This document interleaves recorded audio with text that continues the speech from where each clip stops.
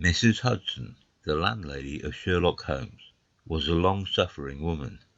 Not only was her first-floor flat invaded at all hours by throngs of singular and often undesirable characters, but her remarkable lodger showed an eccentricity and irregularity in his life which must have sorely tried her patience. His incredible untidiness, his addiction to music at strange hours, his occasional revolver practice within doors, his weird and often malodorous scientific experiments, and the atmosphere of violence and danger which hung around him made him the very worst tenant in London. On the other hand, his payments were princely. I have no doubt that the house might have been purchased at the price which Holmes paid for his rooms during the years that I was with him. The landlady stood in the deepest awe and respect of him, and never dared to interfere with him, however outrageous his proceedings might seem. She was fond of him too, for he had a remarkable gentleness and courtesy in his dealings with women. He disliked and distrusted the sex, but he was always a chivalrous opponent. Knowing how genuine was her regard for him, I listened earnestly to her story when she came to my room in the second year of my married life, and told me of the sad condition to which my poor friend was reduced. "He's dying, Dr. Watson," said she. "For 3 days he has been sinking, and I doubt if he will last a day. He would not let me get a doctor. This morning, when I saw his bones sticking out of his face, and his great bright eyes looking at me, I could stand no more of it. 'With your leave or without it, Mr. Holmes, I am going for a doctor this very hour,' said I. 'Let it be Watson, then,' said he. 'I wouldn't waste an hour in coming to him, sir, or you may not see him alive.' I was horrified, for I had heard nothing of his illness. I need not say that I rushed for my coat and my hat. As we drove back I asked for details. 'There is little I can tell you, sir. He has been working at a case down at Rotherhithe, in an alley near the river, and he has brought this illness back with him. He took to his bed on Wednesday afternoon and has never moved since. For these 3 days neither food nor drink has passed his lips.' Good God! Why did you not call in a doctor? 'He wouldn't have it, sir. You know how masterful he is. I didn't dare to disobey him. But he's not long for this world, as you'll see for yourself the moment that you set eyes on him.' He was indeed a deplorable spectacle. In the dim light of a foggy November day, the sick-room was a gloomy spot, but it was that gaunt, wasted face staring at me from the bed which sent a chill to my heart. His eyes had the brightness of fever. There was a hectic flush upon either cheek, and dark crusts clung to his lips. The thin hands upon the coverlet twitched incessantly. His voice was croaking and spasmodic. He lay listlessly as I entered the room, but the sight of me brought a gleam of recognition to his eyes. "Well, Watson, we seem to have fallen upon evil days," said he, in a feeble voice, but with something of his old carelessness of manner. "My dear fellow," I cried, approaching him. "Stand back! Stand right back!" said he, with a sharp imperiousness which I had associated only with moments of crisis. "If you approach me, Watson, I shall order you out of the house." "But why?" "Because it is my desire. Is that not enough?" Yes, Mrs. Hudson was right. He was more masterful than ever. It was pitiful, however, to see his exhaustion. "I only wish to help," I explained. "Exactly. You will help best by doing what you are told." "Certainly, Holmes." He relaxed the austerity of his manner. "You are not angry?" he asked, gasping for breath. Poor devil! How could I be angry when I saw him lying in such a plight before me? "It's for your own sake, Watson," he croaked. "For my sake?" "I know what is the matter with me. It is a coolie disease from Sumatra, a thing that the Dutch know more about than we, though they have made little of it up to date. One thing only is certain. It is infallibly deadly, and it is horribly contagious. He spoke now with a feverish energy, the long hands twitching and jerking as he motioned me away. Contagious by touch, Watson. That's it, by touch. Keep your distance, and all is well. Good heavens, Holmes! Do you suppose that such a consideration weighs with me of an instant? It would not affect me in the case of a stranger. Do you imagine it would prevent me from doing my duty to so old a friend? Again I advanced, but he repulsed me with a look of furious anger. If you will stand there, I will talk. If you do not, you must leave the room. I have so deep a respect for the extraordinary qualities of Holmes that I have always deferred to his wishes, even when I least understood them. But now all my professional instincts were aroused. Let him be my master elsewhere. I at least was his in a sick room. Holmes, said I, you are not yourself.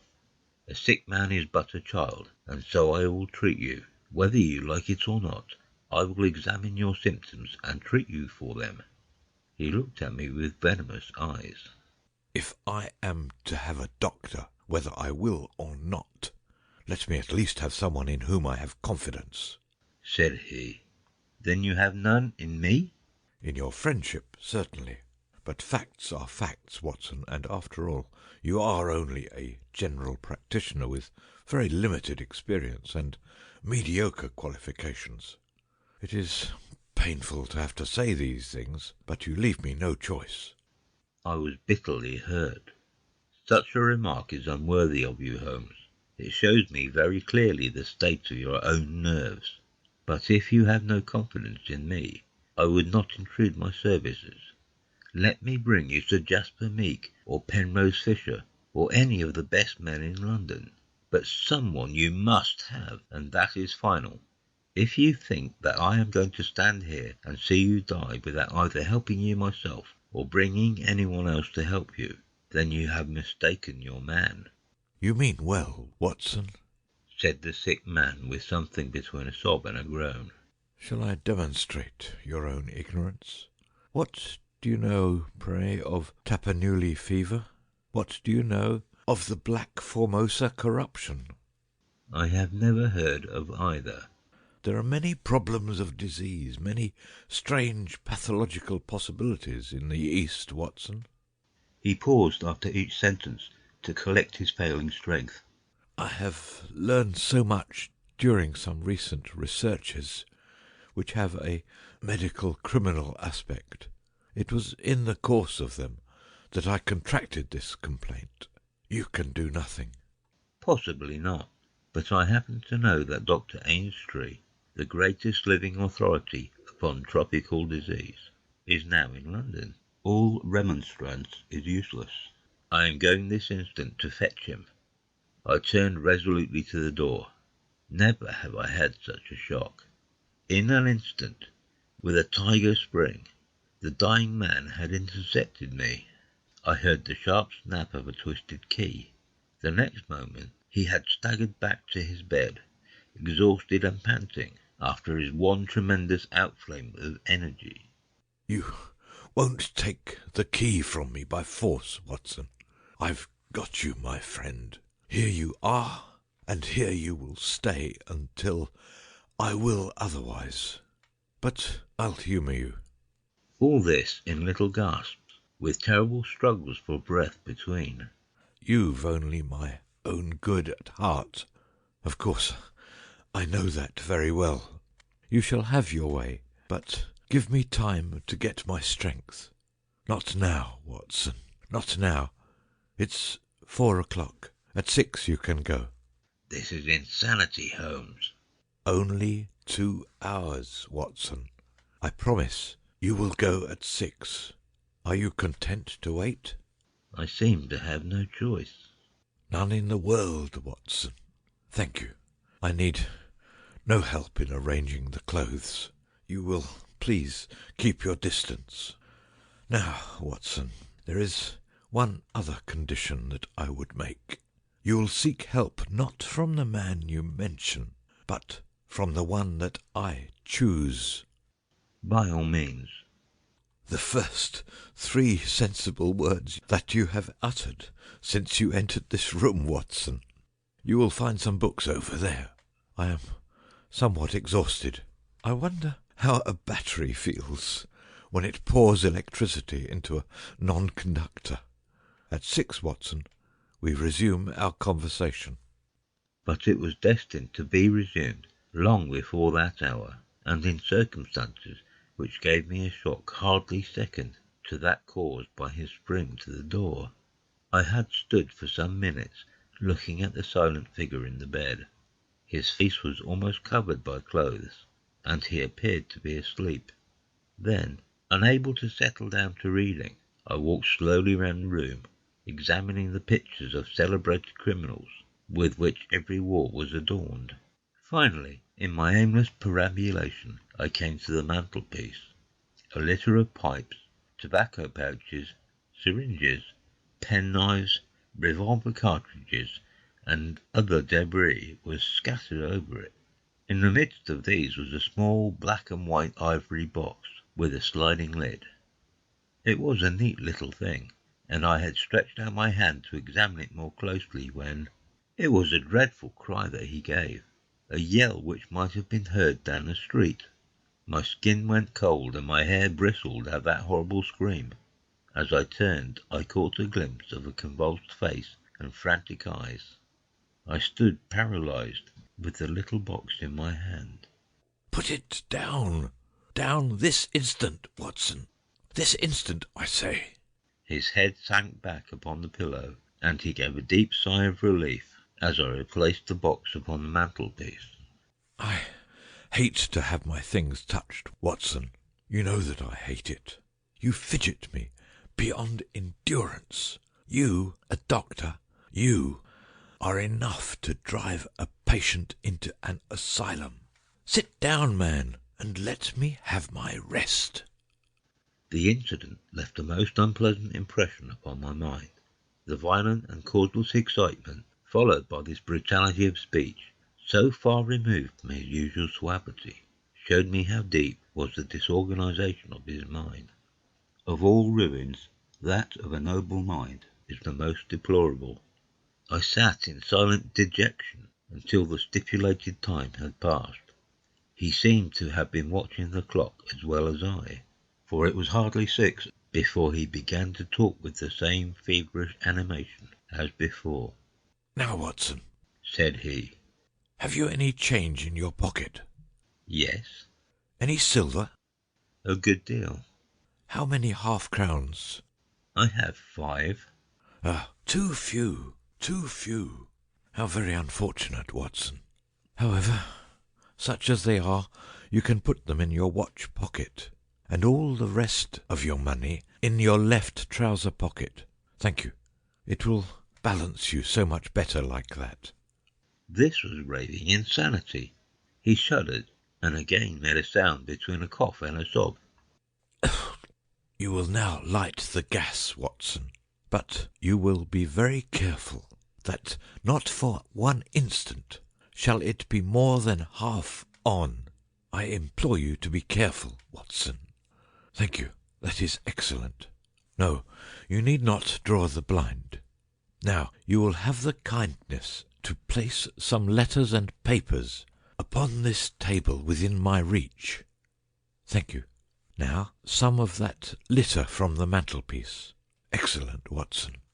There is a sugar tongs there. Kindly raise that small ivory box with its assistance. Place it here among the papers. Good. You can now go and fetch Mr. Culverton Smith of 13 Lower Burke Street. To tell the truth, my desire to fetch a doctor had somewhat weakened, for poor Holmes was so obviously delirious that it seemed dangerous to leave him. However, he was as eager now to consult the person named as he had been obstinate in refusing. I never heard the name, said I. Possibly not, my good Watson. It may surprise you to know that the man upon earth who is best versed in this disease is not a medical man, but a planter.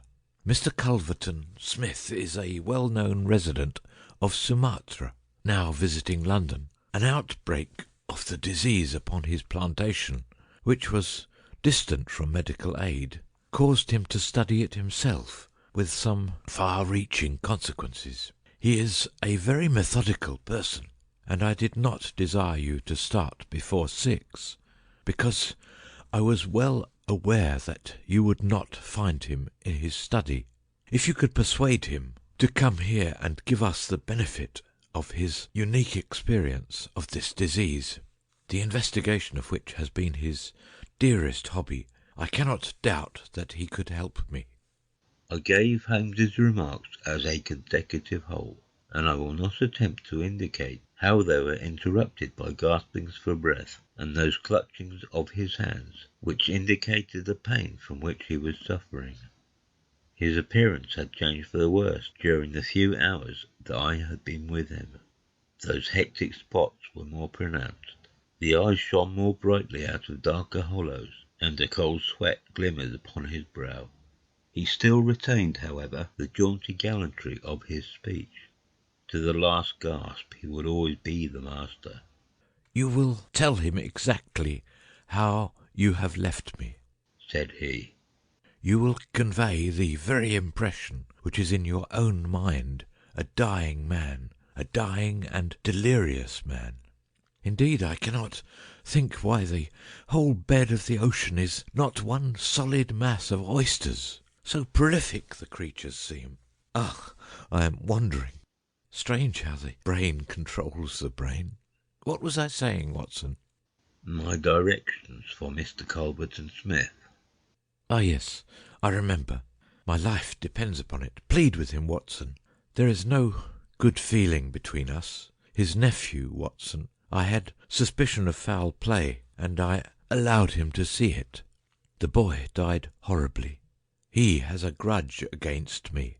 You will soften him, Watson. Beg him, pray him, get him here by any means. He can save me, only he.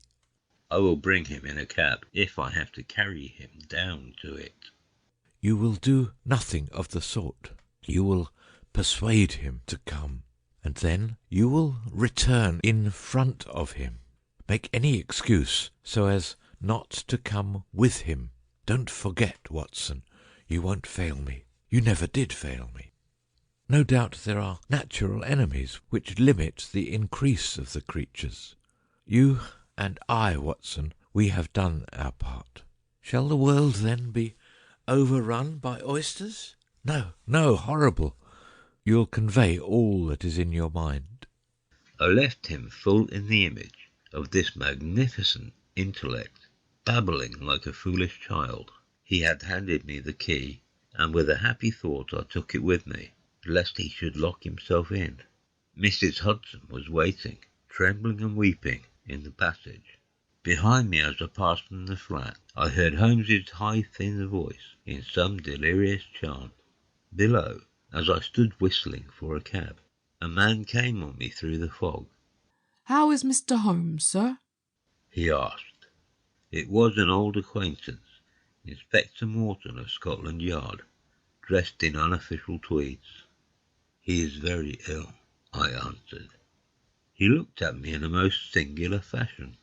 Had it not been too fiendish, I could have imagined that the gleam of the fanlight showed exultation in his face. "I heard some rumour of it," said he. The cab had driven up, and I left him. Lower Burke Street proved to be a line of fine houses, lying in the vague borderland between Notting Hill and Kensington. The particular one at which my cabman pulled up had an air of smug and demure respectability in its old-fashioned iron railings, its massive folding door, and its shining brasswork. All was in keeping with the solemn butler, who appeared framed in the pink radiance of a tinted electrical light behind him. "Yes, Mr. Culverton Smith is in, Dr. Watson. Very good, sir. I will take up your card." My humble name and title did not appear to impress Mr. Culverton Smith. Through the half-open door I heard a high, petulant, penetrating voice. "Who is this person? What does he want?" Dear me, Staples, how often have I said that I am not to be disturbed in my hours of study? There came a gentle flow of soothing explanation from the butler. Well, I won't see him, Staples. I can't have my work interrupted like this. I am not at home. Say so. Tell him to come in the morning if he really must see me. Again the gentle murmur. Well, well, give him that message. He can come in the morning, or he can stay away. My work must not be hindered. I thought of Holmes tossing upon his bed of sickness, and counting the minutes, perhaps, until I could bring help to him. It was not a time to stand upon ceremony. His life depended upon my promptness. Before the apologetic butler had delivered his message, I had pushed past him and was in the room. With a shrill cry of anger, a man rose from a reclining chair beside the fire. I saw a great yellow face, coarse-grained and greasy, with heavy double chin, and two sullen, menacing grey eyes, which glared at me from under tufted and sandy brows. A high, bald head had a small velvet smoking cap poised coquettishly upon one side of its pink curve. The skull was of enormous capacity, and yet, as I looked down, I saw to my amazement that the figure of the man was small and frail, twisted in the shoulders and back, like one who had suffered from rickets in his childhood. What's this? He cried, in a high, screaming voice. What is the meaning of this intrusion? Didn't I send you word that I would see you tomorrow morning? I am sorry, said I, but the matter cannot be delayed. Mr. Sherlock Holmes. The mention of my friend's name had an extraordinary effect upon the little man. The look of anger passed in an instant from his face. His features became tense and alert. Have you come from Holmes? He asked. I have just left him. What about Holmes? How is he? He is desperately ill. That is why I have come. The man motioned me to a chair and turned to resume his own. As he did so, I caught a glimpse of his face in the mirror over the mantelpiece. I could have sworn that it was set in a malicious and abominable smile. Yet I persuaded myself that it must have been some nervous contraction which I had surprised, for he turned to me an instant later with genuine concern upon his features. I am sorry to hear this, said he. I only know Mr. Holmes through some business dealings which we have had, but I have every respect for his talents and his character. He is an amateur of crime, as I am of disease. For him, the villain. For me, the microbe. There are my prisons, he continued, pointing to a row of bottles and jars which stood upon a side table. Among those gelatin cultivations, some of the very worst offenders in the world are now doing time. It was on account of your special knowledge that Mr. Holmes desired to see you. He has a high opinion of you, and thought that you were the one man in London who could help him. The little man started, and the jaunty smoking cap slid to the floor. Why? He asked. Why should Mr. Holmes think that I could help him in his trouble? Because of your knowledge of Eastern diseases. But why should he think that the disease which he has contracted is Eastern? Because, in some professional inquiry, he has been working among Chinese sailors down in the docks. Mr. Culverton Smith smiled pleasantly and picked up his smoking cap. Oh, that's it, is it? Said he. I trust the matter is not so grave as you suppose. How long has he been ill? About 3 days. Is he delirious? Occasionally. Tut, tut. This sounds serious. It would be inhuman not to answer his call. I very much resent any interruption to my work, Dr. Watson, but this case is certainly exceptional. I will come with you at once. I remembered Holmes's injunction. I have another appointment, said I. Very good. I will go alone. I have a note of Mr. Holmes' address. You can rely upon my being there within half an hour at most. It was with a sinking heart that I re-entered Holmes's bedroom.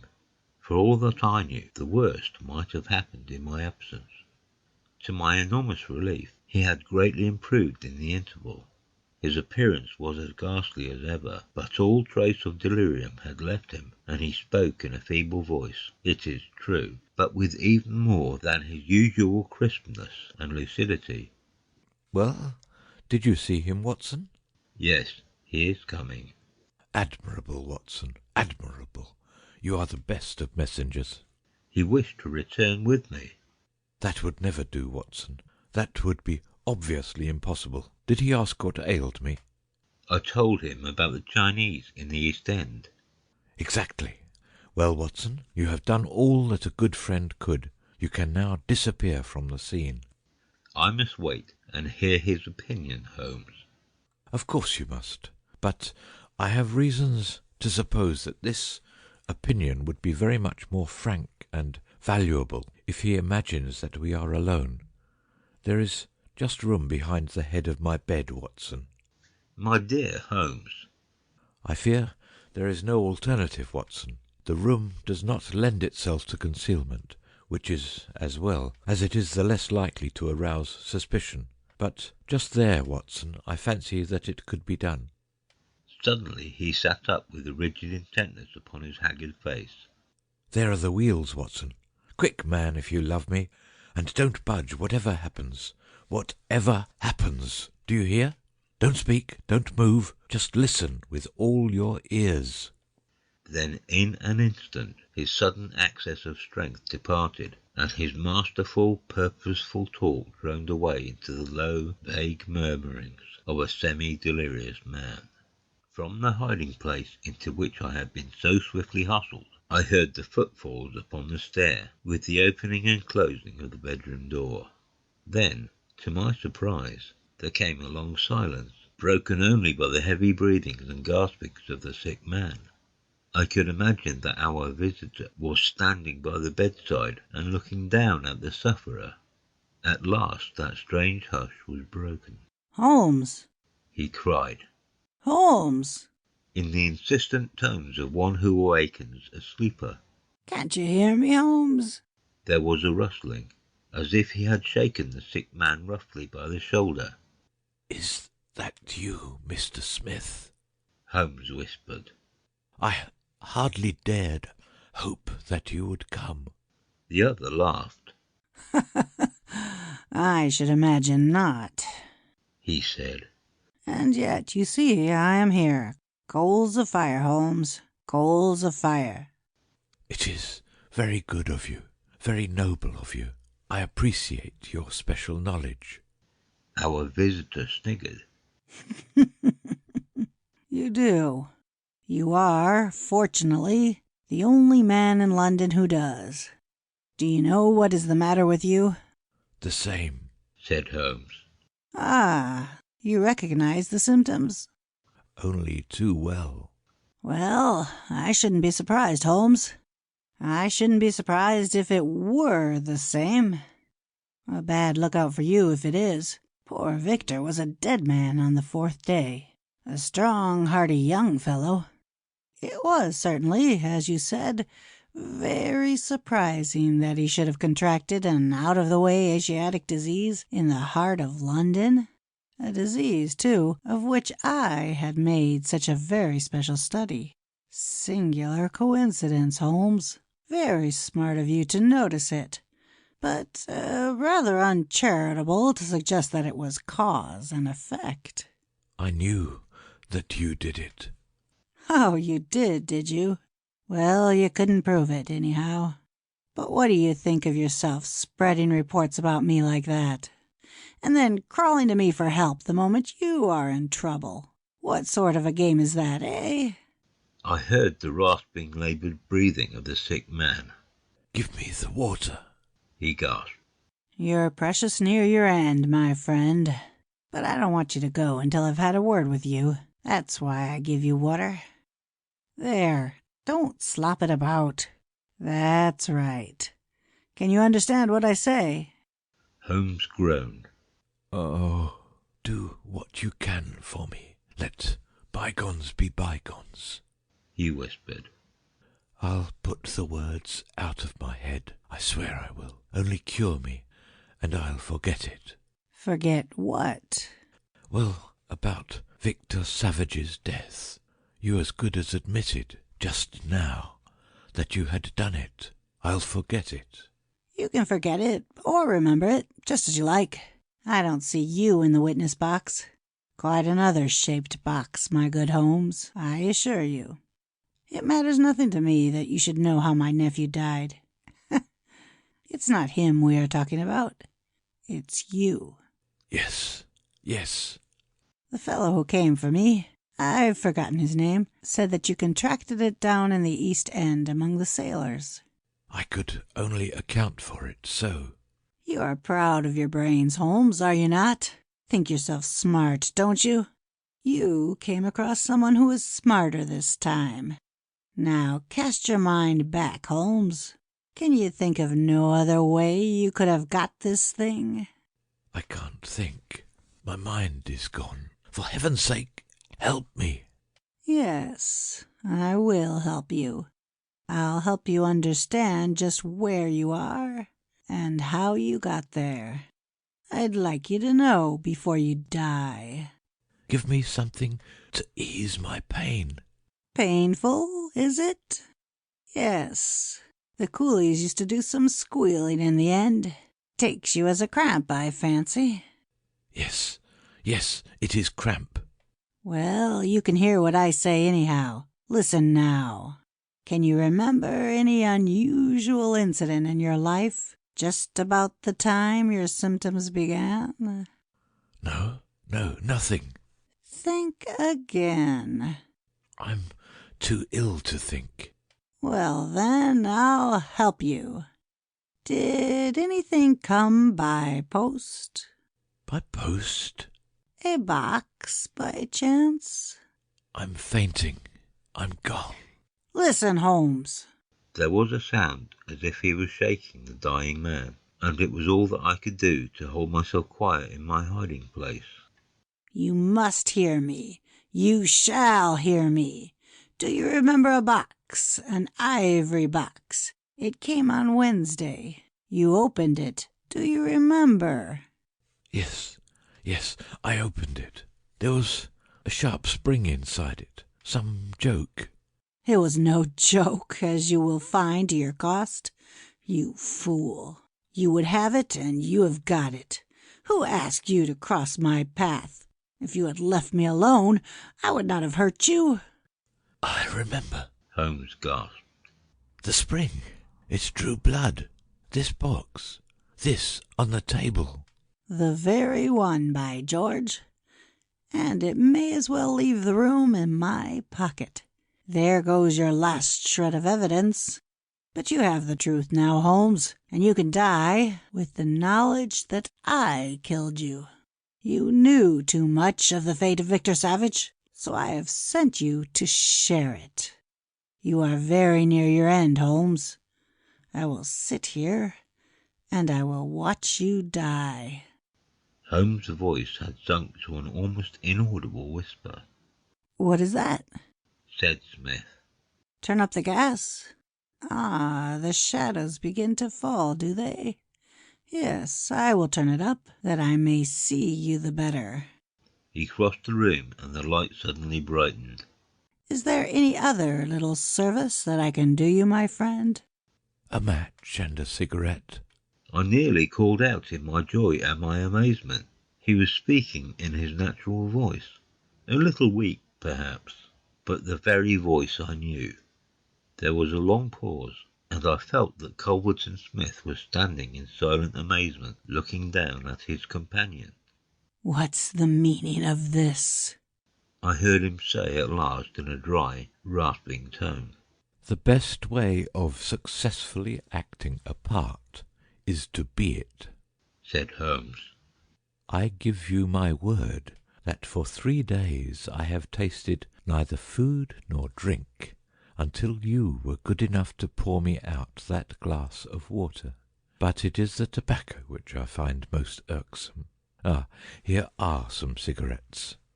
I heard the striking of a match. That is very much better.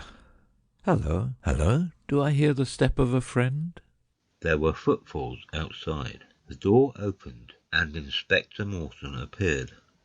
"All is in order, and this is your man," said Holmes. The officer gave the usual cautions. I arrest you on the charge of the murder of one Victor Savage, he concluded.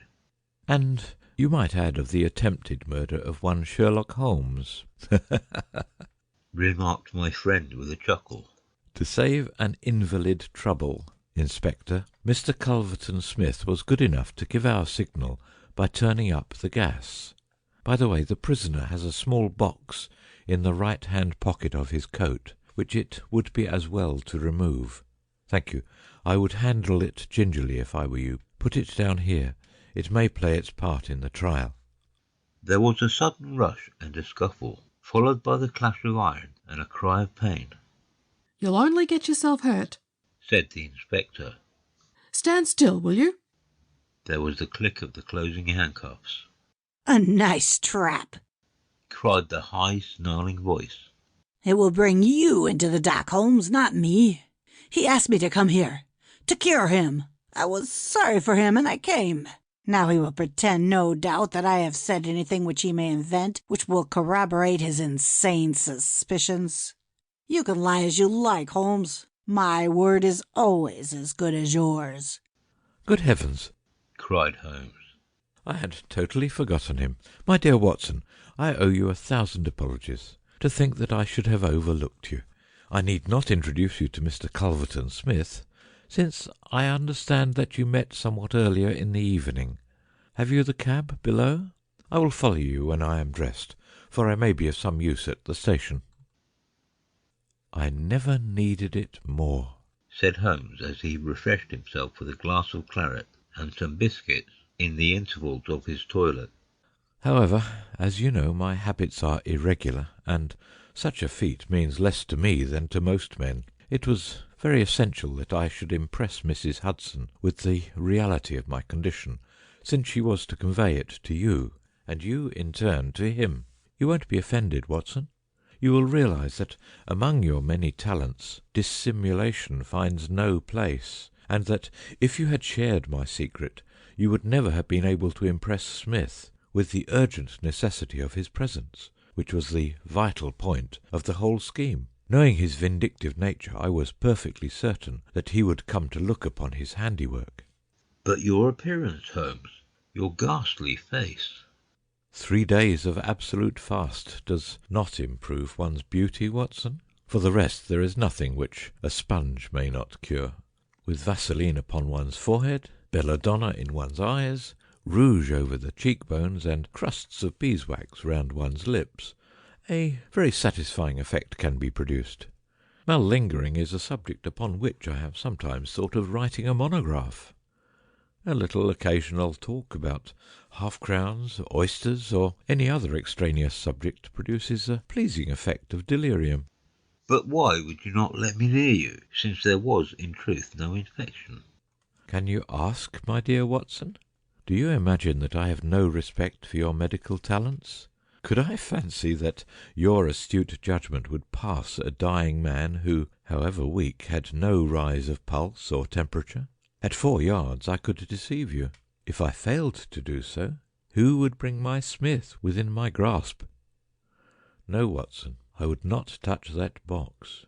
You can just see, if you look at it sideways, where the sharp spring, like a viper's tooth, emerges as you open it. I dare say it was by some such device that poor Savage, who stood between this monster and a reversion, was done to death. My correspondence, however, is, as you know, a varied one, and I am somewhat upon my guard against any packages which reach me. It was clear to me, however, that by pretending that he had really succeeded in his design, I might surprise a confession. That pretence I have carried out with the thoroughness of the true artist. Thank you, Watson. You must help me on with my coat. When we have finished at the police station, I think that something nutritious at Simpson's would not be out of place.